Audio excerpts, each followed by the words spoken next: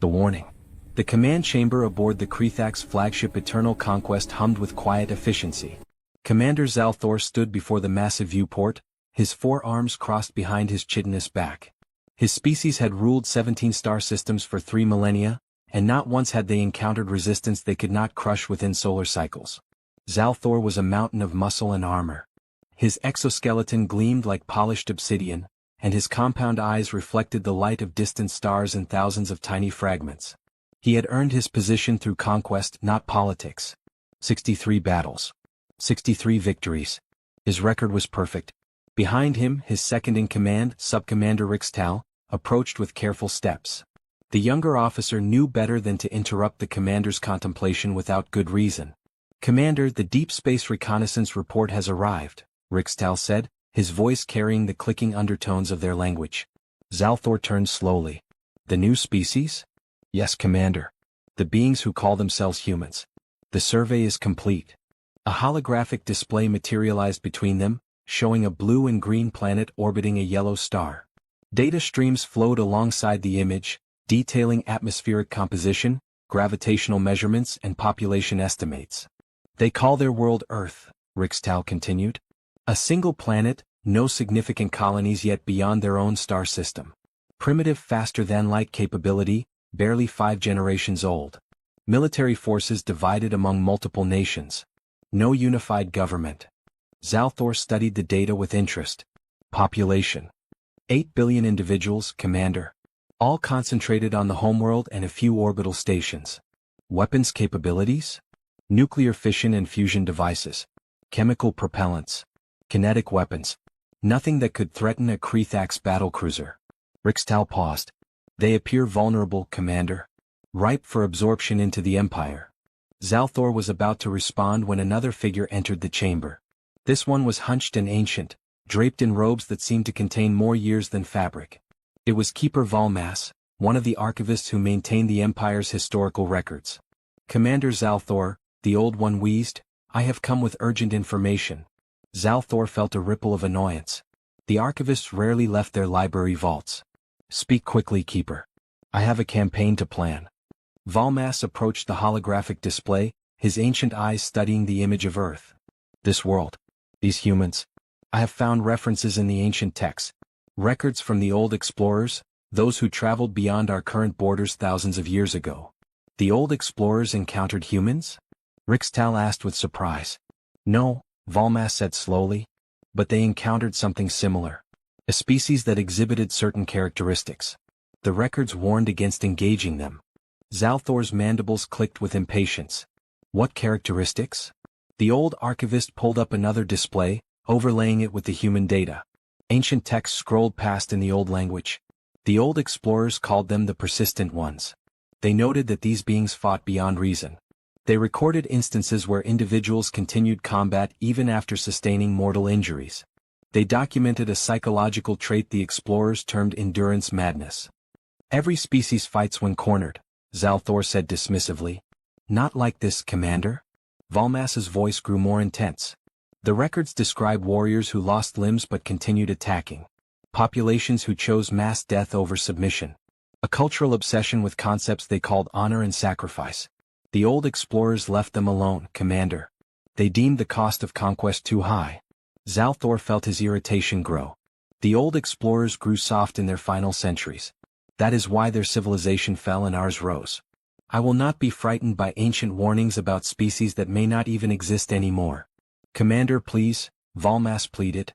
"The records specifically state that engaging the Persistent Ones would lead to losses that no victory could justify.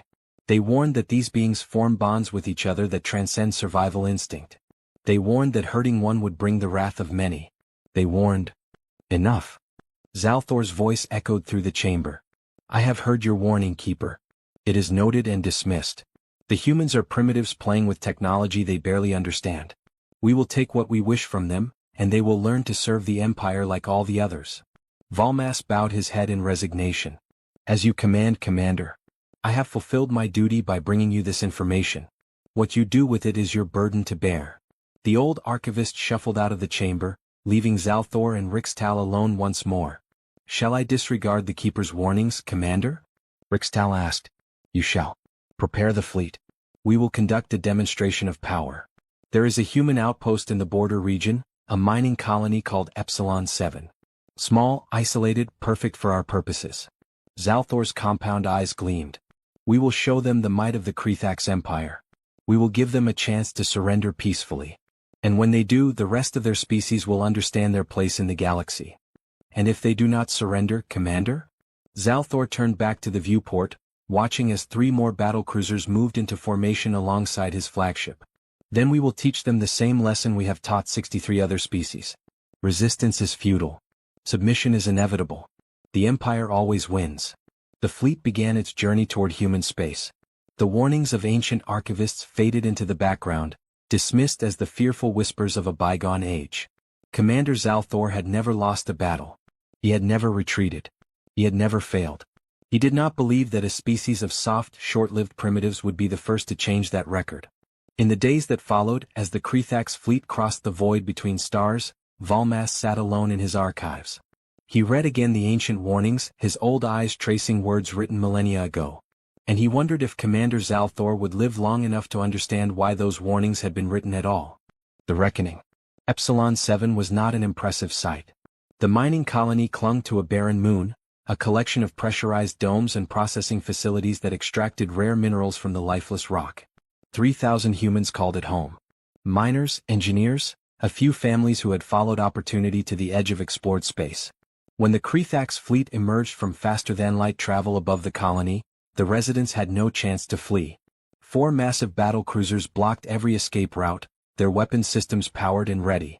Commander Zalthor opened a communication channel to the colony's administration center. A human face appeared on his display, a woman with gray hair and tired eyes. She wore the uniform of a colonial administrator. "Unknown vessels," she said, her voice steady despite the obvious fear in her eyes. "This is Administrator Chen of Epsilon 7. Please state your intentions." "I am Commander Zalthor of the Krethax Empire," he replied, allowing his translator to convert his words into the human language. "Your colony is now property of the Empire. You will surrender all weapons and submit to our authority. You have 1 standard hour to comply." Administrator Chen's expression hardened. "This colony is under the protection of the United Earth government. We are not your property. We will not surrender." Zalthor felt a flicker of surprise. He had expected immediate capitulation. "You have 3,000 civilians and no military vessels. I have 4 battlecruisers and 10,000 soldiers. Your choice is surrender or annihilation." "Then I suppose you'll have to annihilate us," Chen said quietly. "Because we will not bow to invaders. Not today. Not ever." The communication ended. Zalthor stared at the blank screen for a moment, then turned to Rixtal. "Deploy ground forces. Non-lethal suppression only. I want prisoners, not corpses. We will break their resistance and use them as an example." The landing craft descended like a swarm of metal insects. Krethax soldiers poured out, expecting to find frightened civilians huddled in their homes. Instead they found something entirely different. The humans had armed themselves with whatever they could find. Mining tools became weapons. Industrial equipment became barricades. The 3,000 colonists had transformed their home into a fortress in less than an hour. The first battle happened at the main processing facility. A squad of 20 Krethax soldiers advanced through the entrance, confident in their superior armor and weapons. They encountered 12 human miners waiting behind makeshift cover. The firefight lasted 3 minutes. When it ended, 8 Krethax soldiers were down, and only 3 humans remained standing.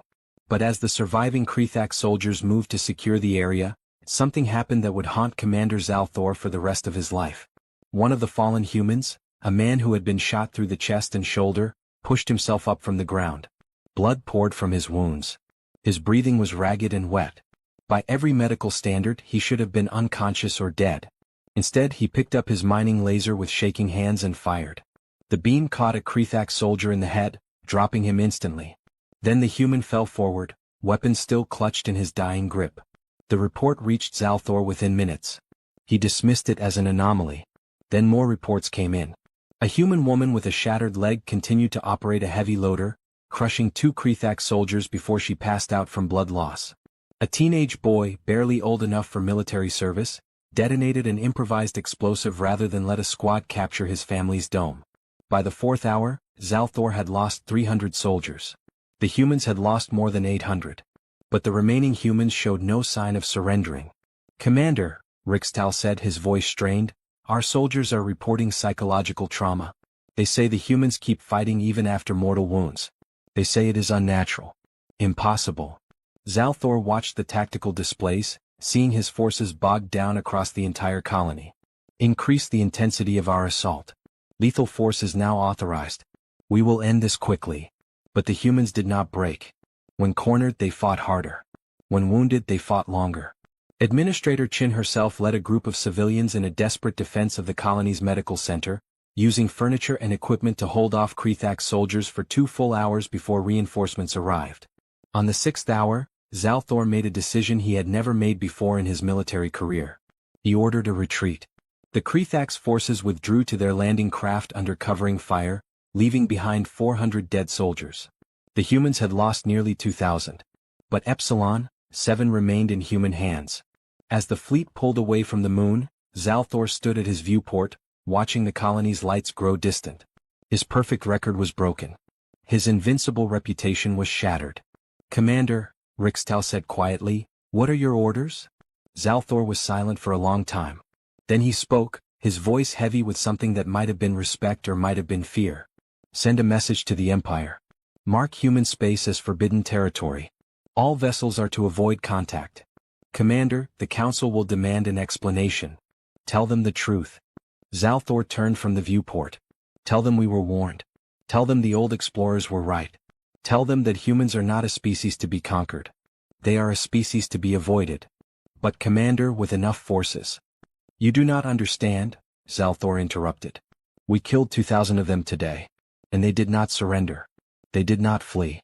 Even while bleeding, even while dying, they kept coming. What happens when we face not 3,000 but 3 million? 3 billion? Rixtal had no answer. In the weeks that followed, the story of Epsilon 7 spread across the galaxy. The Krethak's empire, which had never retreated, had been turned away by primitives armed with mining tools. Other species took note. Some laughed. Some grew curious. And some, like the ancient archivists, simply nodded and said they had tried to warn everyone. On Earth, Administrator Chin received a medal for her defense of Epsilon 7. When asked how her people had survived against impossible odds, she gave a simple answer that would become humanity's motto among the stars. "We kept fighting," she said, "because that is what humans do. We do not give up. We do not surrender. Even while bleeding,